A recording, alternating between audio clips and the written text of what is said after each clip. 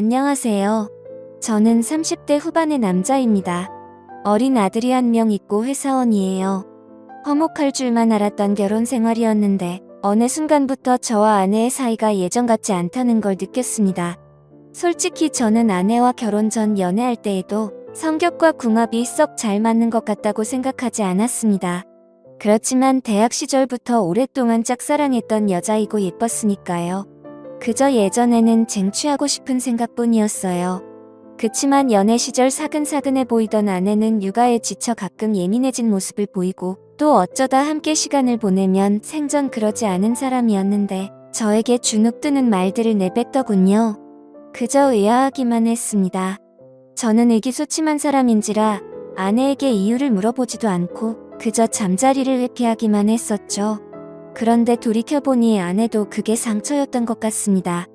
소심한 저와 마찬가지로 아내도 말이 없는 사람이고 생각이 많은지라 저에게 말을 걸지 않더라고요. 그렇게 서서히 우리 부부는 아이 키우는 데만 열중하고 밤에는 따로 자는 게 일상이 되었습니다. 그때까지만 해도 설마 했습니다. 아내가 아가씨 때와는 다르게 표정력이라든지 발걸음이 커졌다고 생각했었지만 설마 아들밖에 모르는 아기 엄마가 한눈을 팔겠나 싶었습니다. 그런데 웬걸요? 저의 크나큰 오산이었습니다. 한두 달쯤 지났을 때였을 거예요. 제가 여느 때처럼 회사에서 업무 중이었는데 갑자기 배가 사살 아픈 거예요. 그런데 직장 동료 몇 명도 저와 같은 증상을 보였고 점점 심해진 복통으로 우리들은 병원에 갔습니다. 진찰을 받아보니 의사가 식중독이라고 하더라고요. 알고 보니 그날 밖에서 싸먹은 점심 식사에 문제가 있었고 그렇게 병원에서 간단히 치료를 하게 되었습니다. 기운이 다 빠진 상태에서 좀 쉬다가 집에 가려고 아내에게 전화를 걸려고 했는데 그날 딸아 핸드폰이 방전됐길래 그냥 빨리 집에 들어가서 쉬고 싶어서 바로 집으로 향했습니다. 그렇게 겨우겨우 집 앞에 도착했고 무거운 몸을 이끌며 천천히 들어가려 했습니다. 우리 집은 복도식 아파트 뜻적 집이라 엘리베이터에서 내려도 한참을 걸어가야만 했어요. 그렇게 가고 있는데 그때 우리 집에서 문소리와 함께 문이 열렸습니다. 그리고 웬 키가 큰 남자가 먼저 나오더라고요. 저는 왜 그랬는지 모르겠지만 본능적으로 얼른 복도로 숨었습니다. 그리고 조용히 지켜보았습니다. 그 남자 뒤에는 제 아내가 따라 나왔고 주변을 살피더니 둘이서 재빠르게 뽀뽀를 하고 포옹을 하더라고요. 그리고 인사를 하더군요. 그 모습을 보자 뭔가 머릿속을 스치면서 손이 부들부들 떨리고 화가 치밀어 올랐습니다. 머릿속이 하얘졌지만 침착함을 유지했습니다. 일단 뭔 일인지 스스로 알아봐야 될 것 같았어요. 그 남자가 엘리베이터를 타고 내려가서 차 타는 법까지 지켜본 후 저는 제 차로 갔습니다. 바로 들어가면 아내가 걸린 거 아닌가 하고 눈치챘거든요. 한 1시간 정도 지났을까요? 저는 오만 가지 생각을 하고 찝찝한 기분 상태로 집에 들어갔습니다. 들어가니 역시 놀란 표정의 아내가 약간 말을 더듬으면서 묻더라고요. 이 시간에 연락도 없이 웬일이야? 응, 점심 먹은 게 탈이 나서 그게 식중독이라네. 병원에서 치료받고 오는 길이야. 여보, 그럴 거면 연락을 줘야지. 다음에는 연락부터 해. 나 깜짝 놀라잖아. 알았지? 아니, 당신은 내가 아픈 것보다 연락 안 하고 들어와서 놀란 본인이 더 중요해. 너무하는 거 아니야. 애정이 없어져도 그렇지.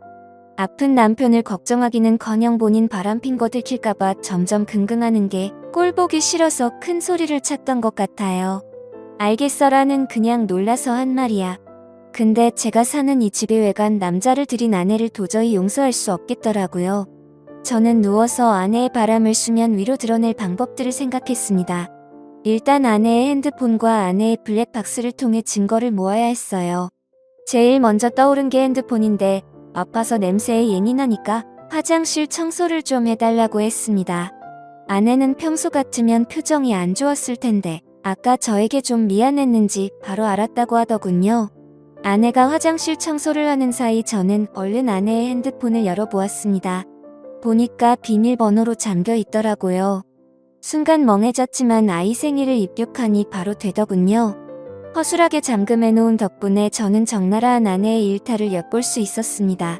대화창을 열어보았는데 아주 가관도 아니더군요. 아까 그 남자와 나눈 대화에서 저급한 내용들이 너저분히 있었고 제 아내가 맞나 싶을 정도였어요. 이건 뭐 대화 내용과 관심사가 오로지 그것에 관한 것뿐이더군요. 그리고 얼마나 만족한 남자인지 아내가 그 칭찬을 자꾸 했더라고요. 순간 더 화가 났습니다. 그런데 충격은 거기서 그치지 않았네요. 보니까 10살이나 어린 20대 남자와의 대화 내용도 있는 거였습니다. 2명의 남자를 만나고 다니는 거였네요. 그리고 그 어린 남자와도 은밀한 대화를 나눈 게 보였는데 심지어는 사진까지 주고받은 거였습니다. 또 다시 손이 바들바들 떨렸어요. 그리고 그 어린 남자의 사진도 보았는데 나이만 어렸지 아주 저와 비교했을 때 제가 기가 죽을 정도로 체격이 커 보이더군요. 일단 모든 걸 사진으로 증거를 남긴 후 모른 척하고 누웠습니다. 다음 날에는 퇴근하자마자 아내의 자동차 안에 블랙박스도 확인해 보았어요. 보니까 두 남자와 자주 만나는 시간대 그리고 자주 가는 장소들을 알 수 있겠더라고요. 어느 평일 점심시간 저는 회사 점심시간에 조금 일찍 나와서 집 앞 주차장에서 몰래 대기를 하고 있었어요. 얼마 지나지 않아 제 예상과 맞게 아내가 차를 타러 나왔습니다. 다른 남자 만나러 갈 때 설레어 보이는 아내를 보니 비참함이 몰려왔습니다. 그렇게 몰래 뒤따라갔고 아내가 마침한 오피스텔로 들어가더군요. 얼른 따라 들어갔고 아내가 엘리베이터에서 몇 층에 내리는지 몰래 지켜봤습니다. 6층이더군요. 조금 뒤 올라갔는데 호수가 많아서 어디로 들어갔는지 알 수가 없더라고요. 그런데 현관 밖으로부터 아내의 목소리가 들리는 곳이 있더군요. 어디라고 말하지 않아도 금세 알 수 있었네요.